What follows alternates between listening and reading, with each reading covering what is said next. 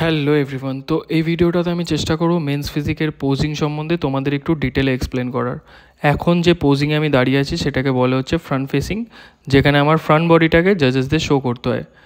এরপর আমি যেটা করব সেটা হচ্ছে ট্রানজিশন। সেটা কোনো ম্যান্ডেটরি পোজের মধ্যে কাউন্ট হয় না, বাট তোমরা এটা করতেই পারো নিজের প্রেজেন্টেশনটাকে আরও একটু বেটার, আরও একটু ভালো করার জন্য। তো এটাকে একটা ইউনিক ট্রানজিশন রেখো যাতে তোমারটা সবার থেকে আলাদা হয়। বিকজ কোনো বড় অ্যাথলিট বা বড় প্লেয়ারের দেখে যদি তোমরা ফলো করো, তার বডিটাই আলাদা আর তোমার বডিটাই আলাদা, এটা মাথায় রেখে সেটা করো। এরপর যেটা করলাম সেটাকে বলা হচ্ছে রিয়ার ফেস বা ব্যাক ফেসিং বা কোয়ার্টার টার্ন ব্যাক বলবে তোমাদের জাজেস। এখানে তোমাদের ব্যাকটাকে স্প্রেড আউট করতে হবে, বাট কোনো রকম ডেপথ বা ডিটেলিং হারালে চলবে না। তাই ফোনে বারবার রেকর্ড করে নিও, যাতে এই পোজিংয়ের কোনো ভুল যদি হয়ে থাকে তোমরা আগে থেকে প্রিপেয়ার হয়ে যেতে পারো।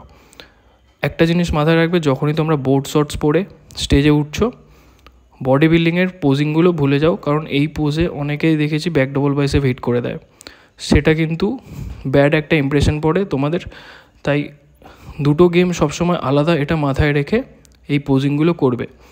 বডি বিল্ডিং আলাদা, মেন্স ফিজিক পুরো আলাদা। তো ফ্রন্ট ফেসিংয়ে যখন তোমরা দাঁড়াচ্ছ, একটা জিনিস কখনো ভুল করো না, নিজের কোর সেকশন মানে অবলিক্স অ্যান্ড অ্যাবস অলওয়েজ ফ্লেক্স করে রাখো। পুরোপুরি যতক্ষণ তোমরা স্টেজে থাকছো, অ্যাবস অ্যান্ড অবলিক্স যেন টাইট, একদম মিড সেকশন পুরো ক্লিয়ার ভিজিবল থাকে। যত ভালো ক্লিয়ার ভিজিবিলিটি হবে তোমার অ্যাবস অ্যান্ড অবলিক্সে, তত বেটার নাম্বার পাবে আর তত ভালো তুমি গ্রো করতে পারবে। ভিডিওটা ভালো লাগলে শেয়ার করে দিও।